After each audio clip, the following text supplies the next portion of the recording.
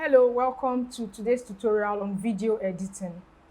There are numerous video editing softwares, but in this tutorial, we're going to be using Adobe Premiere Pro. First off, I'd like to introduce you to the workspace on Adobe Premiere Pro. When you open the software, the first thing you need to do is, as you can see, open a new project. If we had an old project, we could have gone back to that project, but in this case, we're opening a new project. Then you give it a title. I'll give this one tutorial. Yeah, okay. And so after this, it opens the 4 major panels on your workspace. The first panel, as you can see, is the project panel. This is where you can import whatever media files you intend to edit, the videos, the pictures, the audio.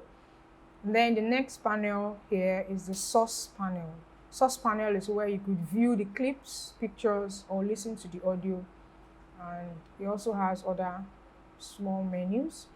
The next panel is the program panel. The program panel is where you could view already selected videos that you have selected to your timeline. And then this is the timeline panel. This is like where you create sequences. Okay? Yeah. So next thing I would like to introduce you to are the different tools that we use on Adobe Premiere. This is the selection tool.